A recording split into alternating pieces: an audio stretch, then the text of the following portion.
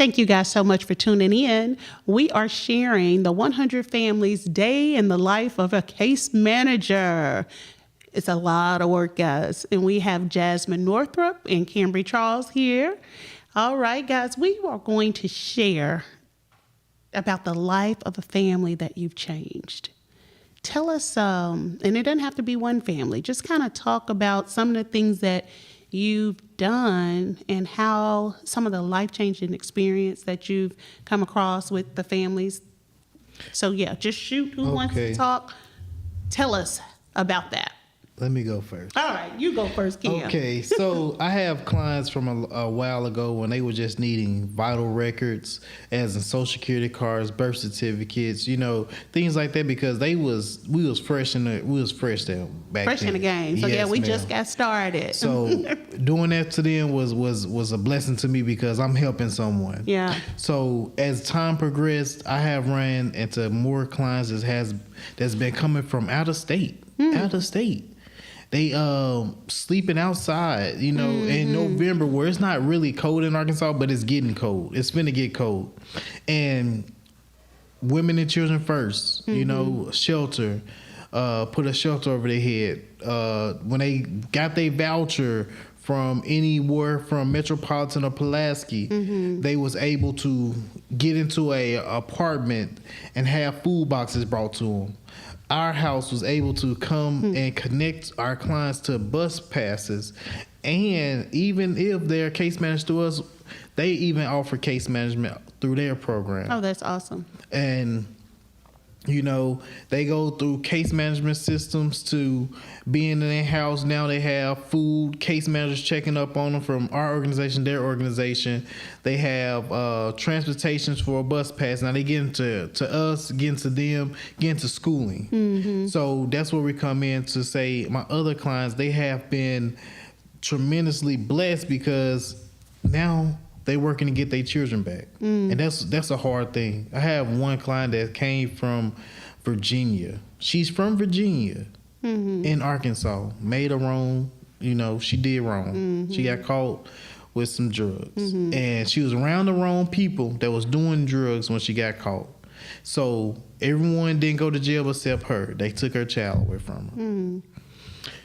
I told her when she came into my office, put me down for a emergency contact when you get your voucher. When her voucher was ready, they ended up telling me, I tried to get in contact with your client, but she's not answering her phone. I said, so y'all reached out to me because I'm on emergency contact. She's like, yes. I said, I'm glad y'all did that. The client was upset one day because she wasn't going to be able to get her voucher and the timely matter that it needed before she go to court. She told me, you ain't going to be able to get my voucher. And she blew up at me. And she's like, ugh, don't call me. Wow. And so when she said that, I was like, okay, I'm going to let her chill out. So when I called her back this time with this information, she was like, you know what, thank you. And that did it for me. And I said, even though you told me that, I'm still going to be able to call you and tell you straight up, face to face, you have a voucher. You need to call this place, get some more information for it so you can get your help. And that's one of my stories that really touched me. That's so good. It's like you gave her hope. You gave her hope. Yes, ma'am. You did. Excuse me. You didn't give up. Exactly. I didn't give up on her. Yes, ma'am. I'm passing to Jasmine. Okay, so a lot of my clients are, most of them are in need of housing. So I do have several that we have been able to get housing vouchers for. And with them getting their housing voucher, they were able to keep their vehicles that they had. Because I have a lot that are leasing vehicles or they have vehicles that are financed. So they weren't able to pay rent and their vehicle. Okay. And so, they were on the verge of getting it repoed and everything. And I'm like, okay, just hold on. We're going to try to get you this voucher. So we were able to get them vouchers and then we were able to find them a home. A lot of them have houses that they're renting. So I was very pleased to be able to assist them with getting a house. We were online trying to find houses, and then we were able to link up with Jesse with Mid-South And so I've actually been able to get her to help us find some housing for some clients. So I'm excited about that because that's in the works now. Yeah. So other resources that I've been able to use with clients is Centers for Youth. I've referred a lot of clients to Centers for Youth because I have some that are having issues with their children. I have one client, her 14-year-old is running off.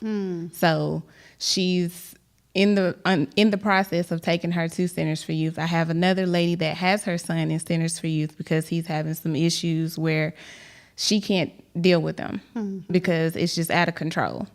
So being able to have those resources like that is truly a blessing for us because we're able to assist them in being able to fully care for them, for their children without them, so to speak, losing their mind. Yeah. Going crazy. Yeah. Yeah. So, and then also with the parents, I'm referring them to Chanel therapy. Yeah. So they're able to get assistance for their mental health. Yes. And I have assisted clients with getting SNAP benefits. I'm like, okay, we're going to sit here and we're going to do this together. We're going to make sure that when you leave here, you have applied for these benefits so that we can make sure that it's in the works. And I'm like, call me as soon as you get an appointment. That way I know that you did what you were supposed to be doing. Right. And also with Medicaid, we do the same thing with Medicaid. We sit down, we fill out that Medicaid application online in my office so that I can make sure that you have those services. Then I take it a step further and I assist them with finding a primary care physician. Wow. So we get online and we get on that PCP website and we find a doctor within the local area. Mostly St. Vincent's facility is where a lot of the clients are going because it's in that central Little Rock area. Yeah. To where, Close to where it's they closer to live, them. yeah. Yeah, it's basically based off of their zip code. Okay. So most of them are in the 72204, 72209 area. So Okay. St. Vincent is that area. Okay. Okay. That's good. So would you say based on when a client or a family comes in, they're assessed in 13 areas. What are those 13 areas?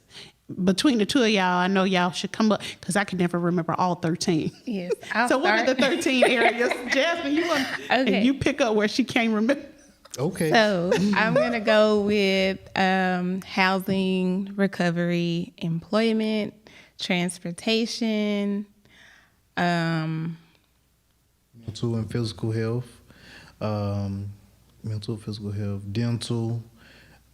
Did you say money management? I did not. Money management, Child care, legal assistance, legal, Education. education. 3 more. Do we say transportation? Yes. We didn't. We did say transportation. Okay. Okay. 3. And the rest I of them know, can I be put you found on. on our Facebook. Y'all did good. So there are 13 areas assessed of the needs from their crisis when they come in. And so they're based on a scale from 1 to 5 of the needs, right? So in those 13 areas, how many areas do you think a family is in crisis generally when they come in? So if they initially come in, how many out of those 13 are usually they're in crisis, and how many do you think? Well, On I'm a going to scale say of 1 to 5. I'm going to say it like this.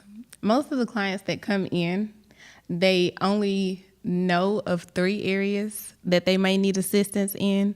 But usually once we sit down and we go through the whole intake process, it's more like 6 different areas Wow. that they are needing assistance in because when you have multiple children, a lot of mothers, and I have fathers, they don't realize that they may need the mental assistance just to be able to talk to someone. Right. So with me just letting them know, hey, we're not saying that you're crazy. Right. We're just saying that you have multiple children.